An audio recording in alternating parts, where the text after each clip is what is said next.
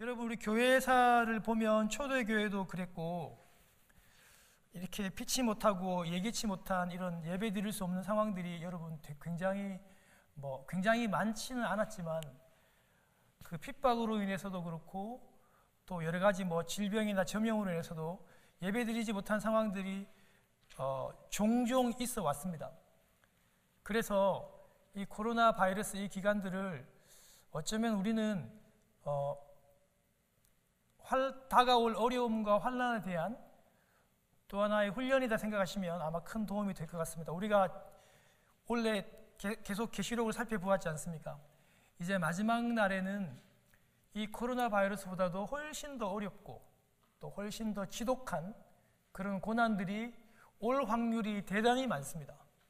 우리 그럴 때 당황하지 말고 이런 어려움 가운데서 찾은 만난 우리 하나님으로 인해서 우리가 승리했으면 참 좋겠어요. 여러분, 이제 5장부터 오늘부터 시작되는 이 5장부터 바울이 이제 그 고린도 교인들을 향해서 질책하는 강도가 아주 세집니다. 오늘 여러분 그 표현 보시면 알겠지만은 음행을 행하고도 회개하지 않는 이런 사람들을 교회에서 내쫓아라 그랬어요. 제가 이따가 오해가 안 되도록 설명을 좀 잘 드릴게요. 오늘날 교회의 권징이라든지 아니면 치리 같은 이런 제도가 유명무실한 오늘날 시대 때는 조금 놀랍고도 좀 과격한 표현이죠. 교회에서 내쫓아라. 이런 오히려 하나님은 사랑 아닌가? 하나님은 사랑이신데 범죄한 사람들을 오히려 우리가 품어야 되는 거 아닌가? 이렇게도 많이 오해할 수 있죠. 좀 충격적인 말입니다. 그래서 제가 지난 시간에 말씀을 드렸죠. 4장에 그런 강력한 꾸짖음을 4장이 좀 많이 완충한다 그랬잖아요. 지난 시간에 여러분 기억나는 게 뭡니까? 내가 분명히 이렇게 강하게 너희들을 꾸짖는데 기분이나 감정으로 하는 것이 아니고 내가 누구라고요? 그 일만 스승, 돈을 받고 일하는 그런 가정교사 같은 사람이 아니라 내가 너희들의 아비다. 내가 너희들의 음이다. 복음으로 내가 너희를 낳았기 때문에 지금 죄로 음행으로 인해서 죽어가는 너희들을 내가 그냥 두고 볼 수는 없다는 거예요. 그 아비의 심정으로 내가 꾸짖으니까 너희들이 충분히 생각하고 이걸 들어달라. 4장에 그런 내용들이었어요, 여러분. 그런데 여러분 오늘 고린도 교회 안에 있었던 심각한 여러 가지 여러분 그 범죄 내용들이 나오는데 그 중에 첫 번째가 제일 먼저 칼을 빼던 게 뭐냐 하면 이 음행의 문제입니다.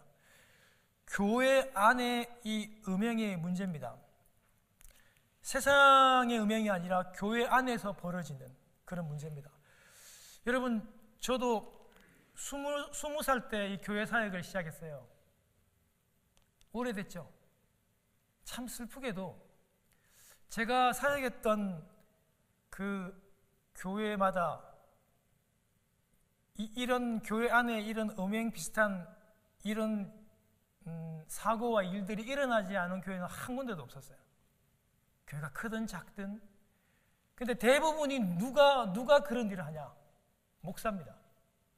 누가 그런 일을 하냐? 장로입니다. 여러분 진짜 참 어린 심정에 많이 안타까운 게 뭐냐면 힘없는 사람은 막 그냥 내쳐요. 네. 아니 그 20살 먹은 전도사님이 월드컵 경기 주일날 하는 걸 좀 보고 올 수 있잖아. 그 조금 늦었다고 교회에서 잘리고 학생들 주일날 왔는데 그 짜장면 시켜주다가 그게 이제 장로님 귀에 들어가가지고 이렇게 잘리고. 그런데 정작 무슨 재정의 문제니 이 여성의 문제 같은 큰 문제를 터뜨리는 담임 목사님 꿈쩍도 안 해. 회개도 안 하고 교회 잘 다녀. 여러 가지 문제를 일으키는 이런 장로님들은 그냥 눈 하나 깜짝 안 해요. 그냥 교회 잘 다녀. 제가 사역했던 교회들 다 그랬습니다. 다. 여러분, 교회도 이런 정말 우리가 드러나지는 않았지만 이런 심각한 문제들이 한국이든 미국이든 분명히 아마 존재할 것입니다. 그런데 오늘 지금 바울이 계속해서 말씀하고 말하는 게 뭐냐 하면 그거 방치하면 안 된다는 거예요. 그 죄를 드러내고 잘라내고 사탄에게 내어준다는 이런 아주 심각한 표현까지 씁니다. 제가 이따가 좀 말씀을 따로 좀 드리겠습니다. 그런데 그런 표현들을 써가면서라도 이 죄악을 교회 내에서 끊어버리고 하나님의 그 순결함을, 그 거룩함을 회복해야 된다고 그렇게 지금 강하게 지금 얘기하고 있는 것입니다. 여러분, 고린도 교회의 그 대표적인 음행 가운데 큰 음행이 어떤 게 있었냐면 이방인들도 그런 일을 잘 하지 않았대요. 그게 뭐냐면 그러니까 아버지의 부인입니다. 아버지의 아내입니다. 그러니까 어머니라는 말을 안 썼죠. 이게 무슨 표현이냐면 새엄마입니다. 새엄마. 그러니까 계모입니다. 계모. 그러니까 이제 아들이 그 계모와 이제 결혼을 해서 이제 같이 사는 걸 얘기하는 거예요. 그렇게 음행을 한 그런 일들이 세상 밖이 아니라 이제 교회 안에 그런 일들이 생기게 되었어요. 여러분, 그 레위기나 신명기에 보면, 레위기 20장에 보면, 신명기 27장에 보면 누구든지 그 계모와 동침하는 자는 그 반드시 둘 다를 죽일 것이라고 얘기했어요. 그리고 그 둘은 저주를 받아 마땅하다, 그렇게 성경은 사실은 가르치죠. 강력하게. 그런데 이렇게 큰 죄를 범하고도 이 사람들이 굉장히 마음이 교만해지고 회개하지 않습니다. 그냥 버젓이 교회를 그렇게 다니고 있었다고 하는 겁니다. 왜 그들이 음행을 했는지, 왜 그들이 회개하지 않았는지 우리는 2000년 전에 그런 그리스 문화를 좀 살펴보면 조금 쉽게 이해를 할 수 있어요. 여러분, 2000년 전 그리스의 그 상속법이 있어요. 오늘날에는 아버지가 돌아가시면 아버지의 유산은 대부분 다, 물론 이제 아내가 돌아가지만 그 자식들에게 그 돈이 거의 다 이렇게 유산이 돌아가잖아요. 그런데 2000년 전 그 당시에는 남편이 돌아가시고 남은 모든 유산은 다 아내에게 갑니다. 아내에게. 그렇게 제도가 짜여져 있었어요. 그런데 이 만일 부유한 아버지가, 부유하니까 여러분 새어머니를 얻을 수 있는 여력이 생겼겠죠. 만일 이제 부유한 아버지가 어머니와 사별하고 이제 새로운 부인과 함께 살다가 이 아버지마저 돌아가신 거예요. 이제 새엄마, 계모만 남게 됐습니다. 그럼 어떻게 돼요? 그 많던 아버지의 재산이 다 누구에게 갈까요? 그렇죠. 새엄마에게 다 가는 거예요. 계모에게 다 가니까 당연히 이 재산이 내 것이라고 생각하는 이 아들이 강제로 이 계모와 결혼해서 그 재산을 다 빼앗는 것이 그 당시에 이 부자들의 대표적인 그런 범죄였습니다. 그런데 바울이 질책하는 것은 그런 말도 되지 않는 폐륜적인 범죄가 왜 교회 안에서조차도 일어나고 있고 왜 교회 안에서 그걸 용인하고 묵인하고 관과하느냐. 바울은 그게 너무너무 안타깝고 결국 그렇게 되면 이런 모든 죄악이 교회를 집어삼킬 것이라고 누룩의 비유를 써서까지 질책을 하고 있는 것입니다. 결국에는 여러분 또 돈 문제죠. 결국에는 여러분 이런 알고 보면 이런 음란의 문제가 다 돈의 문제와 아주 여러분 연관이 또 밀착스럽게 이렇게 딱 붙어 있는 것입니다. 사랑하는 여러분, 당시에 여러분 왜 교인들이요 그 죄악을 알고 있으면서도 왜 그렇게 지적해내지 못했을까요? 그거는 이 범죄하고 그리고 회개하지 않았던 이 음행자들이 교회 내에서 아주 영향력을 행사할 수 있는 큰 부자였어요. 교회를 좌지우지할 수 있는 그런 돈이 많은 사람들이었기 때문에 많은 사람들이 쉽게 이 문제를 이렇게 건드려내지를 못했던 거예요. 그 주저주저할 수밖에 없었던 그런 상황이다 보니까 교회 안에 누룩처럼 아주 죄악들이 그래도 되는 것처럼 이렇게 만연하게 되었다라고 하는 사실입니다. 여러분, 성경에 보면 이렇게 정말 이런 이제 새어머니가 막 매력적이라서 그런 게 아니라 창세기 35장에도 보면 야곱의 여러분 그 장남이잖아요. 여러분 루벤이 또 이런 짓을 해요. 그러니까 이제 뭐 둘째 엄마, 새엄마에 해당하죠. 그죠? 그 뭐 성경의 표현에 보면 이제 그 서모라고 되어 있죠. 아버지의 그 아내, 첩이죠, 그죠? 그 빌하라고 하는 그 어머니를 간통하는 일이 생기잖아요. 창세기 35장에. 왜 그렇게 하냐면 여러분, 이 빌하가 사실 그 야곱이 사랑했던 라헬의 그 여종이었거든요. 그러니까 이제 라헬이 죽고 난 다음에 아버지의 사랑이 다시 그쪽으로 갈까봐 그런 정치적인 계산으로 이런 사실은 아주 음행을 했던 거예요. 뭐 다윗의 아들 가운데 압살롬 같은 경우에도 그 쿠데타를 일으켜서 그 다윗이 맨발로 도망가고 난 다음에 그 남겨놓았던 후궁들을 그 옥상에서 사람들이 보는 앞에서 그 백주 대낮에 아버지의 후궁들을 성적으로 범하잖아요. 그 정치적으로 그 아버지의 왕권이 이제 내 것이라고 하는 이 강력한 메시지를 던져주고 있습니다. 여러분, 이런 폐륜적인 일을 하는, 그리고 범죄한 자식들을 강하게 여러분 그 적절한 어떤 그런 그 매를 대든지 범죄에 대해서 벌을 줘야 되는데 실제로 그렇게 넘어가는 일들이 많았어요. 그러다 보니까 범죄의 심각함들이 훨씬 더 더해지는 큰 어려움을 낳게 되는 일들이 성경 가운데 많았습니다. 사랑하는 여러분, 아무리 이렇게 교회 내에서 큰 역할들과 큰 힘들을 쓴다 할지라도 어려워도 교회는 이런 문제들에 대해서 기도하고 이런 문제에 대해서 어떻게 할 것인지를 논의하고 담대히 이 죄와 맞설 수 있는 그런 상황들이 되어야 한다고 하는 사실입니다.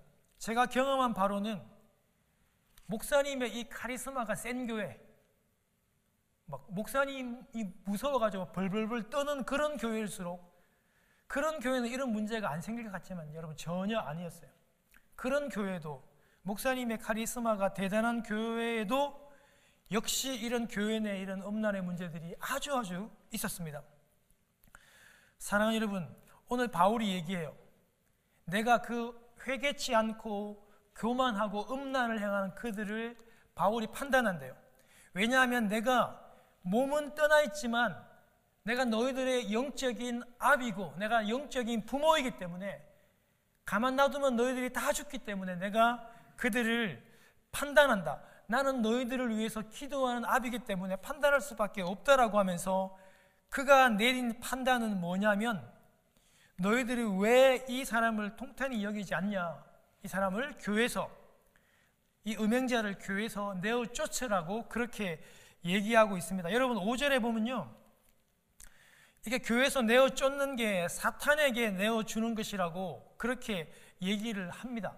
여러분 우리가 오해하지 말아야 될 게 뭐냐면 뭐 사탄에 마치 먹이 주듯이 그런 식으로 던져주는 의미가 아니라요, 뭐 여러 가지 해석이 있지만 여기서 얘기하는 이 사탄에게 내어준다라고 하는 의미는 여러분 유대인의 생각 가운데 이 세상과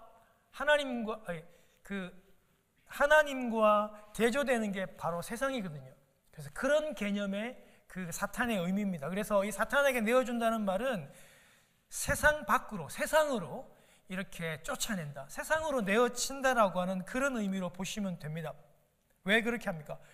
여러분 왜 세상으로 왜 내어쫓아요? 하나님은 사랑인데 좀 감사 주면 안 되는가? 용서해야죠. 그런데 이렇게 끝까지 회개하지 않고 교만하고 자랑하는 이 음행자는요 어떻게 하라고요? 세상으로 내어쫓으래요. 왜 그렇게 해야 되냐면 육은 멸할 수 있지만 영은 주 예수의 날에 구원을 받을 수 있게 하려고 하기 때문에 오히려 한 번에 더 기회를 주기 위해서 내어 쫓아야 되는 거예요. 여러분 잘 들어보십시오. 여러분 이 말을 오해하시면 안 돼요. 여러분 교회가 끝까지 회개하지 않는 사람을 세상으로 쫓아내요. 사단에게 내어줘요. 그러면 여러분 그 육이 경멸을 당하고 멸시를 당하고 거의 죽게 됩니다. 왜 그럴까요? 죄가 드러나잖아요. 여러분 제가 사역했던 그 교회 목사님, 장로님들 정말 그 죄가 이렇게 드러나서 많은 교회 사람들에게, 많은 세상 사람들 앞에 손가락질 당하고 멸시당하고 그 당사자인 가족들한테 정말 죽고 싶었을 거예요. 정말 죽고 싶은 마음 같았을 거예요. 육신은 그렇게 된단 말이에요. 죄를 드러내면 그렇게 돼요. 그렇지만 그 영혼은 다시 한 번 더 주 예수 그리스도의 날에 한 번 더 구원받을 수 있는, 회개할 수 있는 기회가 생긴다는 거예요.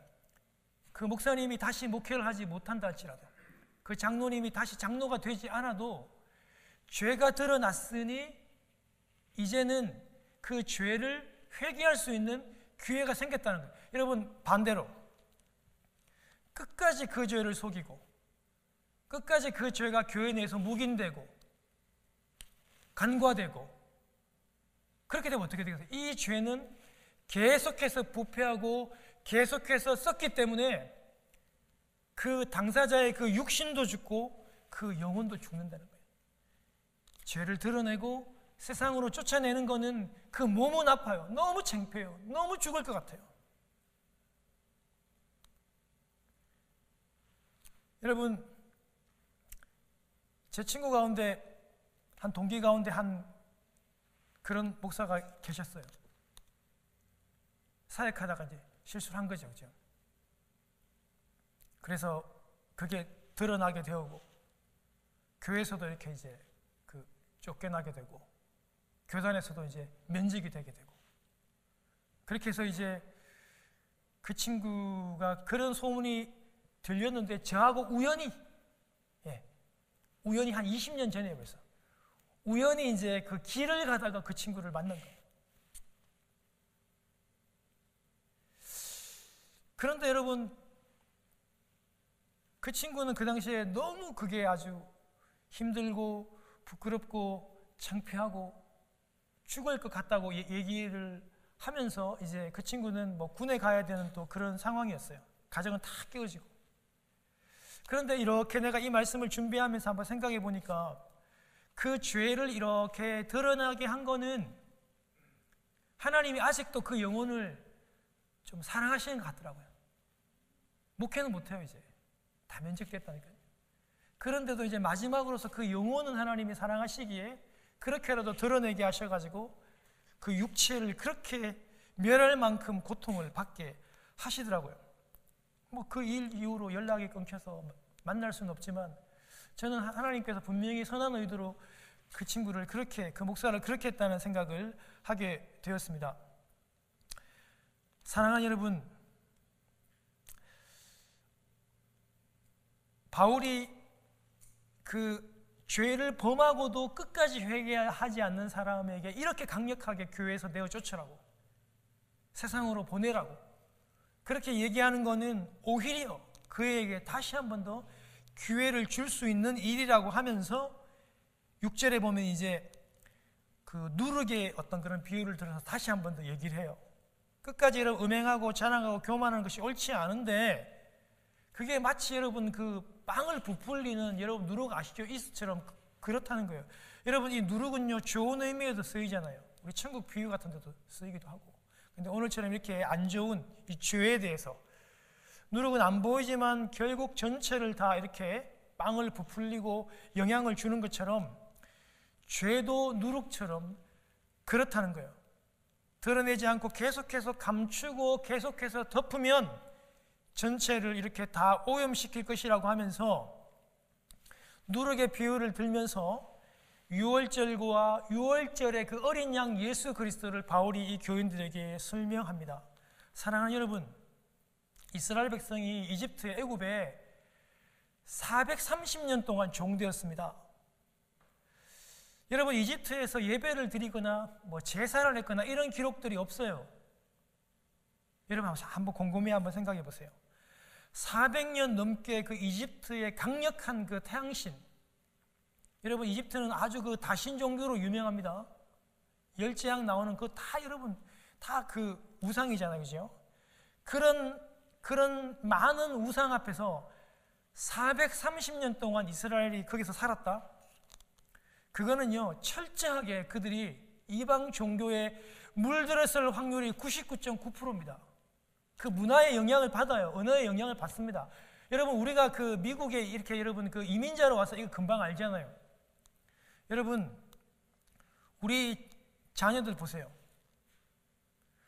우리 당대에 벌써 한국의 문화와 언어를 다 잊어버린 사람들도 있고, 뭐 1대 2대를 지나면은 우리 자녀들이 미국에 살면서 우리 한국의 문화라든지 언어라든지 심지어는 우리가 믿는 이 믿음까지도 잊어버리는 경우가 대단히 많아요. 왜냐하면은 우리 자녀들은 미국 사람이라고 생각하고 미국인이라 생각하기 때문에 굳이 한국의 문화라든지 언어를 배워야 할 그런 필요성을 잘 못 느낍니다. 그래서 특별한 교육이 아니면 한국의 문화와 언어를 고수해 나간다는 건 이건 진짜로 어려운 일이에요. 우리가 여러분 지금 미국에서 한 30년, 40년 살아봐도 그렇잖아요. 여러분 400년을 이스라엘이 애굽에서 그렇게 살았습니다. 제 생각에는 아마 다 잊었을 거예요. 하나님에 대해서, 믿음에 대해서. 그렇게 될 확률이 많아서 철저하게 여러분 그 이집트의 그 태양신의 그 다신에 아주 찌들었을 확률이 대단히 많아요. 그럼 어떻게 하냐? 하나님은 이 백성들을 데리고 약속의 땅 가나안 땅으로 다시 들어가야 되잖아요. 그렇게 해서 하나님께서 특별하게 준비하신 게 뭐냐면 이스라엘의 그 거룩성을 다시 회복시키기를 원했어요. 여러분 이 거룩은요 우리 신앙 가운데 절대적인 요소입니다. 이 거룩이 없으면 하나님이 절대로 우리 가운데 오실 수가 없어요. 교제할 수가 없어요. 우리가 하나님을 만날 수 없어요. 여러분 우리가 여러분 신앙생활한 주님이 오시는 그날까지 여러분 우리가 신앙생활한 이런 모든 근간이 이런 거룩을 회복하는 거예요. 여러분 이거 잊어버리면 여러분 우리는 신앙생활에 아주 막대한 차질을 빚게 되는 거죠. 거룩을 회복해야 하나님과 교제하고 하나님을 만날 수 있습니다. 그래서 하나님이요 10번째 여러분 그 장자를 죽이시는 그 재앙에서 하나님 어떻게 합니까? 하나님이 요구했던 게 뭡니까? 6월절에 어린 양의 피를 문 좌우 임방과 그 설주에 발라라 그랬잖아요. 그럼 어떻게 한다고요? 그 죽음의 그림자가, 죽음의 천사가 그렇죠 넘어간다 그랬잖아요. 그래서 패스오버리라 그러고 그게 6월절 넘을 월절에서도 6월절이라 그랬잖아요. 어린 양의 그 피가 이스라엘의 모든 죄를 어떻게 했다고요? 씻어냈다는 의미예요. 그래서 오늘 본문 표현처럼 누룩이 없는 자가 되었던 거예요. 그래서 이스라엘이 그 의미로 여러분 절기를 지키며 누룩이 없는 떡을 먹잖아요. 그걸 무교병이라고 그러잖아요. 그렇죠? 여러분 그거를 지금도 먹으면서 그 절기를 지켜내고 있지 않습니까? 여러분 어린 양이 누굽니까? 보라 하나님의 어린 양이다. 어린 양이 바로 예수 그리스도께서 6월절의 어린 양이지 않습니까? 그 예수 그리스도의 그 보혈이 우리의 모든 죄를 다 씻어낼 수 있습니다. 씻을 수 있습니다. 그래서 우리가 이 자리에서 하나님을 아버지라 부르고 예배할 수 있도록 이 자리에 우리가 세워지게 된 것입니다. 사랑하는 여러분, 오늘 바울이 6월절 절기를 꺼낸 것은 어린 양의 피가 이스라엘의 그 모든 죄를 다 씻어냈습니다. 애굽에서 그 더러운 우상들을 섬기고 찌들어져 있던 그 모든 죄를 씻어내고 이제는 거룩한 백성이 되었다라고 하는 의미입니다. 그런 의미로 예수 그리스도의 그 보혈이 그 문 임방과 설주에 발라졌고 그들이 누룩이 없는 죄가 없는 그 떡을 먹으며 그 절기를 6월절의 절기를 지켰던 것입니다. 사랑하는 여러분, 오늘 3500년이 지난 오늘날도 그 6월절의 그 의미가 유효합니다. 묵은 누룩, 오늘 본문에 나와 있는 이 묵은 누룩은 그 죄악과 그 음란을 얘기합니다. 이거를 내어 버려야 돼요. 왜냐하면 예수님께서 우리의 죄를 위해서 이 땅에 오셔서 당신의 목숨까지도 내어 놓으시고 당신의 몸 찢으시고 피 흘리시면서까지 이 죄의 문제를 해결했는데 다시 이 죄의 문제로 우리가 돌아가 버린다면 안 되는 거잖아요. 우리 예수님께서 십자가 위에서 왜 피를 흘리셨어요? 저와 여러분들의 그 죄, 그 범죄 때문 아닙니까? 그렇죠? 그런데 우리가 다시 그 음행의 죄로 돌아가면 안 되는 것이니까 그 유월절 예수 그리스도를 기억하면서 이제는 누룩이 없는 자, 그리고 이제 순전한 떡을 먹고 살아가자고 그렇게 얘기합니다. 사랑하는 여러분, 바울이요 굉장히 이 교회 내에 있는 죄의 이 음란에 대해서, 음행에 대해서 굉장히 많이 분노했어요. 제가 아까 말씀드렸듯이 거룩이 그렇게도 중요하기 때문입니다. 사랑하는 여러분, 거룩이 회복이 안 되면 하나님을 만나지 못해요. 하나님과의 관계들을 회복할 수 있는 길이 없어요. 하나님은요 굉장히 인격적입니다. 우리를 막 강하게 막 억압하고 짓누르고 빼앗고 억지로 열고 이렇게 안 합니다. 우리가 끊임없이 예수 그리스도의 보혈로 우리의 순결함을, 거룩함을 우리 스스로 회복할 때 우리에게 오실 수 있는 것이죠. 그래서 우리에게 있어서 이 거룩을 회복하는 일은 대단히 중요하고 신앙생활의 전부라고도 할 수 있는 것입니다. 사랑하는 여러분, 이 거룩한 것을 회복하는 것이 여러분 어떤 방법으로 우리가 이 거룩함들을 회복해 나가야 할까요?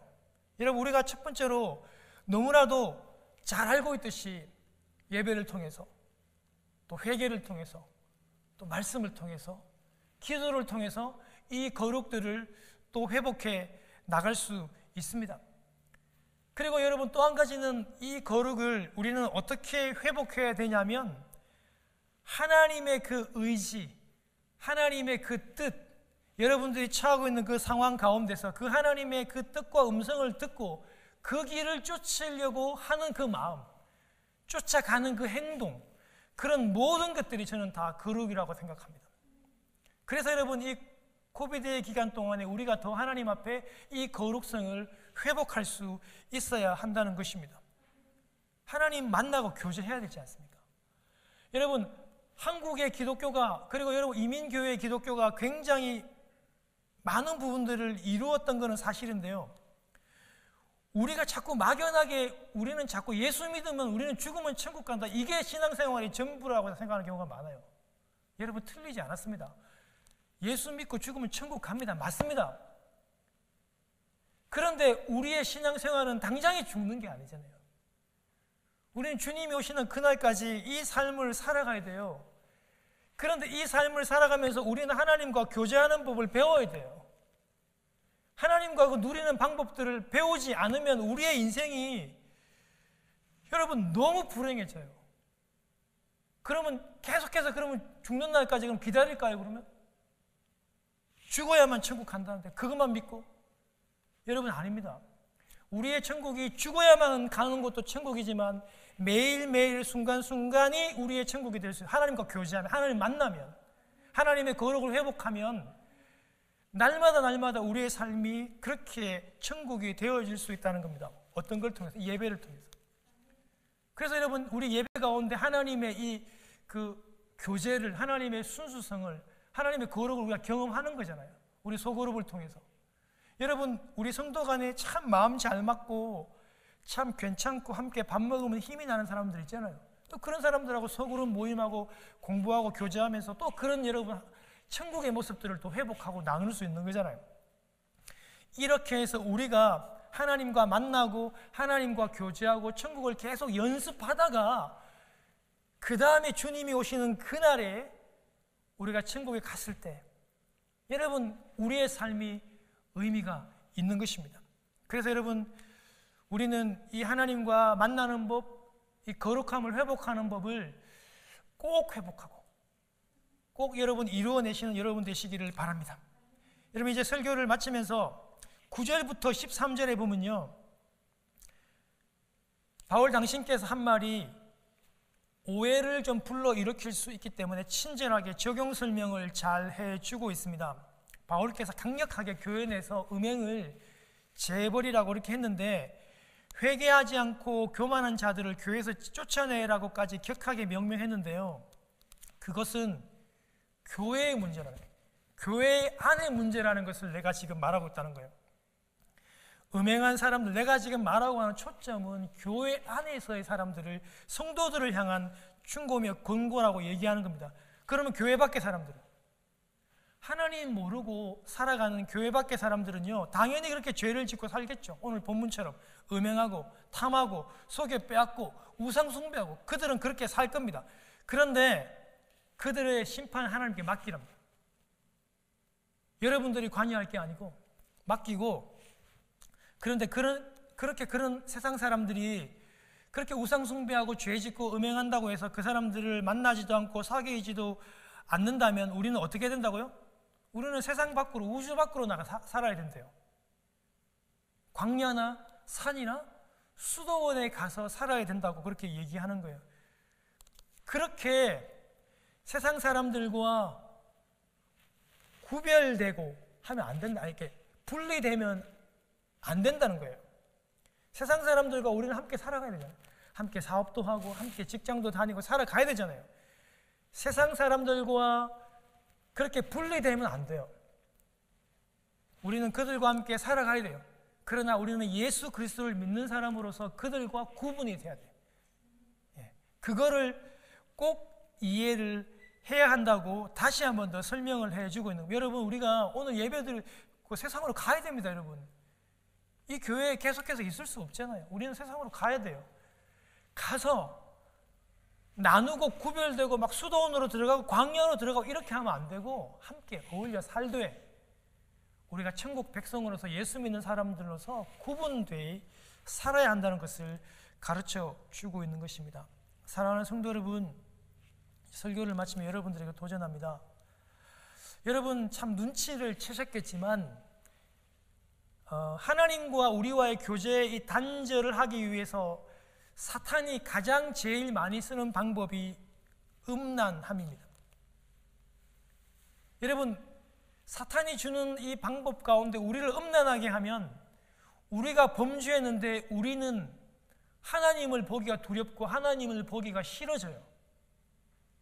내가 여러분 범죄하고 음란했는데 그걸로 끝나는 게 아니라 사단은 계속해서 하나님과 우리를 단절하기를 원한다는 겁니다. 그래서 사단이 가장 많이 쓰는 가장 결정적인 방법이 바로 이 음란의 문제입니다. 사랑하는 여러분, 우리가 이 음행의 문제에 있어가지고 우리가 이겨내지 못하면 그 개인이나 그 나라는 절대 온전할 수 없습니다. 그거는 역사가 우리를 설명하고 있습니다. 여러분, 오늘날도요, 한국이나 우리 미국이라고 하는 좋은 나라가 평등이라고 하는 이런 이름하에 허용되는 성개방, 성소수자들을 향한 어떤 그런 개방들, 동성애자들을 위한 우리가 이런 용납들, 그들을 사랑해야 됩니다. 회개하면 그들이 여러분 우리 교회로 온다면 그들이 회개만 한다면 우리 받아줘야 돼요. 교회는 그런 곳이니까. 그런데 평등이라는 이름 앞에 사단이 그 뒤에서 얼마나 많이 조종하고 여러분 하고 있다는 걸 우리는 늘 경각하며 깨달아야 돼요. 사랑하는 여러분, 우리 대통령 선거 아직까지 끝나지 않은 상황이지만 여러분, 미국의 이 민주주의, 미국의 이 법은요 거의 다 로마로부터 다 가져왔어요. 여러분, 미국은 왕으로부터 출발한 나라가 아니에요. 심지어 한국도 여러분 우리 고종이라고 왕이 있었잖아요. 한국은 왕정이, 세계의 모든 나라들이 다 왕으로 그렇게 할 때 여러분 이 미국이라는 나라는 왕으로 출발하지 않았어요. 여러분 그 로마의 공화 정치를 여러분 가지고 온 거예요.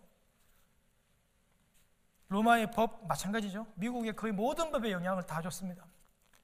인류 역사상 1000년이나 지속되었던 나라 아닙니까? 가장 완벽하죠, 그죠? 부여했죠. 지식, 문화, 법, 정치, 군사 할 것 없이 모든 세계 사람들에게 영향을 다 미쳤습니다. 이 로마라고 하는 나라가. 그런데 여러분, 심지어 여러분 이 로마는 국교가 여러분 기독교였어요. 기독교. 로마는 국교가 기독교입니다. 기독교. 그런데도 로마가 여러분 어떻게 망했습니까? 여러분, 로마가 망한 원인이 들어 있겠지만 저는 그렇게 생각합니다. 결정적인 원인은 로마의 음행이었습니다. 아마 부인하지 못할 겁니다. 그렇게 완벽한 나라도 그런 음행의 문제에서 해결하지 못하면 반드시 멸망하고 망하게 되어 있습니다. 예수 잘 믿고 싶어서 이 나라를 세웠던 우리 청교도로부터 출발한 이 미국이잖아요, 그죠? 학교 가서 수업 시작하기 전에 기도하고 예배로 출발했던 이 나라 아닙니까? 여러분 프린스턴, 하버드 여러분 다 신학교로 출발했어요. 목사를 양성하기 위한 학교를 시작했습니다, 여러분. 미국이 그렇게 출발했다고요. 그런데 오늘날 음란한 것 떠올리면 가장 먼저 자본주의의 대표적인 이 미국을 떠올릴 확률이 대단히 높습니다. 사랑하는 여러분, 이 음행은요, 음란은요 굉장히 무시무시한 파괴력이 있어요. 왜냐하면 우리가 이 타락한 본성을 가졌기 때문이에요. 이 문제에 있어 가지고 완벽하게 승리하지 못하는 개인, 나라, 단체는 절대 온전하게 세워질 수 없습니다. 사랑하는 성도 여러분, 음행을 멀리하는 가장 탁월한 방법은 안 해야지 내가 기필코 안 해야지 하는 이런 방법이 아니라 하나님과 가까이 가는 방법입니다. 하나님께서 말씀하시는 그 길, 이거는 분명히 하나님께서 원하셨던 생각일 거야. 그걸 쫓아가는 것이 음행을 멀리하는 것이고 거룩을 회복하는 것입니다. 그리고 여러분, 매일마다 기도의 시간들을 조금씩 자꾸 좀 넓혀 가십시오. 여러분, 우리 토요일도 요즘 다 우리 가정에서 함께 그렇게 그 기도를 다 하고 있지 않습니까? 새벽 기도를 다 하고 있지 않습니까? 이제 토요일도 좀 하시다가 이제 이번 주부터는 금요일도 좀 하시고 좀 하루를 좀 늘리시고, 내가 개인적으로 한 30분 기도하신 분이라면 이제 한 40분 하시고, 그렇게 여러분들의 이 거룩의 지경들을 자꾸 좀 넓혀 가시는 여러분들이 되었으면 좋겠어요. 성경을 이제 읽기만 하다가 이제 뭐 유튜브를 통해서 내가 좀 묵상도 좀 하고, 그냥 눈으로만 보다가 이제는 좀 적기도 하고 좀 메모도 하고 기록도 하고, 좀 그렇게 여러분 우리가 좀 더 거룩한 삶으로 나아갈 수 있는 여러분 되시기를 주님의 이름으로 축원합니다.